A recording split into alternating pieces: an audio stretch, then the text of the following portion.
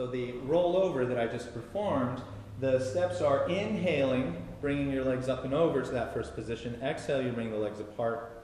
Inhaling, you roll back out to the ground while circling the legs together. And then you exhale, ending with your legs hovering above the mat. Lot of challenges there. So let's look at some of the parts. Basically, the first thing, picking up the hips, curving the spine up and over the head with the addition of the weight of the legs is a real challenge. In the studio, obviously, we work with all of this equipment, but at home, you can do just fine with the mat on your own with a couple of simple exercises. The first one is what I call the rock and roll, and then we'll go into the bridge roll from there. So rock and roll, we're combining that pelvic rock with what's called a hip roll. Right? You're just kind of rolling your hips up off the ground and then bringing the spine along with you bone by bone, as if you were picking up a chain, link by link, and then setting that chain down, link by link, the tailbone ending the end of the chain. Right? So, real simple motion. Couple of things to look out for, though. As you settle yourself, here's what you want to do. You want to practice the first, at the grounding level, both grounding and breathing, with your movement. So as I am exhaling, I'm releasing my breath, I'm releasing tension, and I'm looking for support from the ground.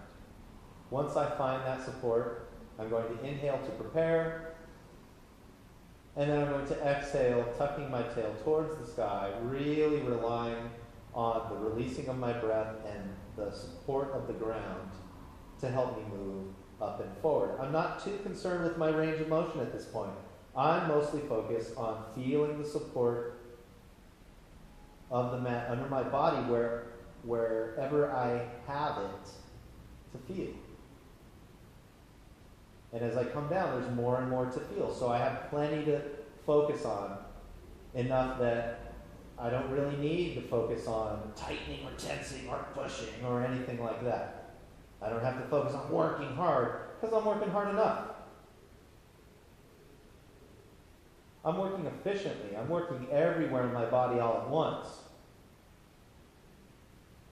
I'm not just drawing energy into a single point to the depletion of many other important points. Rather, I am using the support of the ground and the releasing of my breath to distribute evenly tension and energy throughout my body for even movement and uniform muscle development. Practicing over and over again, letting it out, feeling how the mat seems to press into my body more every time I do that. And then doing it again, inhaling here, and then exhaling. Noticing if my feet are evenly supported. If not, on my next exhale, I address it.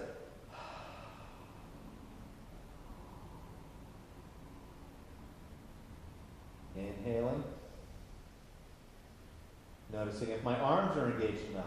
If not, exhaling, I make sure that my arms are helping by pressing into the support of the mat as I lift upwards and forward, really focusing on the articulation of my spine so that I can transition this into a prep for the rollover. The next move is the bridge roll. So we come up into this shoulder bridge position, and then you reach one leg just like that as you inhale. As you exhale, you just let your pelvis twist and dip down, pressing this leg back into the other one as if you're trying to really bend your leg backwards, really strongly engaging your glutes and opening this hip. The challenge here is to really maintain the support of this leg from the mat and from the arms. And then inhaling, return to this position. Exhale, I regroup. Inhale, exhale. As I twist down, I'm really pressing this hip up and pressing my foot down reaching, dropping my calf right through my heel, and really working with both arms, shoulders, and everything else that's touching the mat. Inhaling. Exhaling.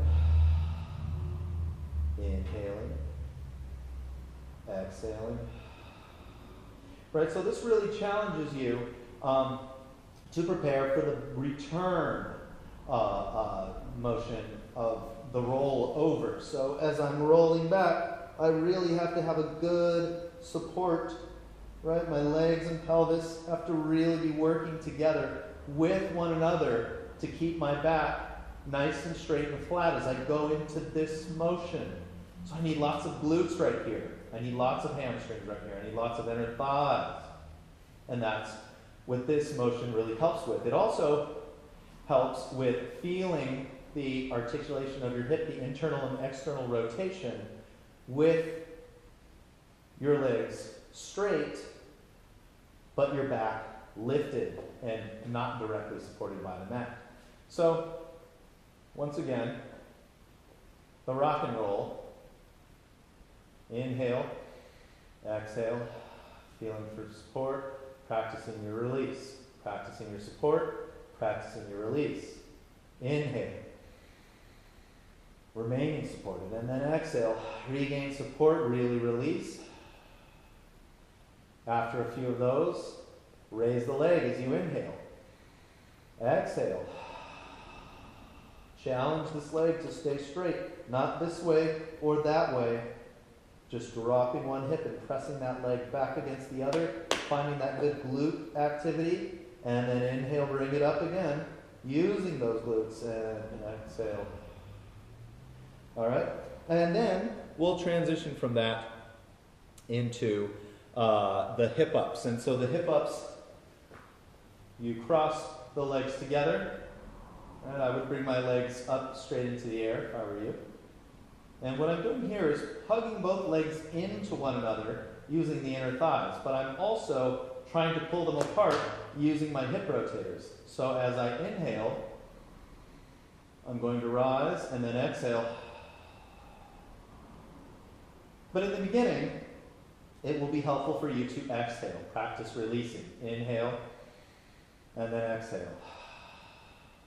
Inhale and then exhale.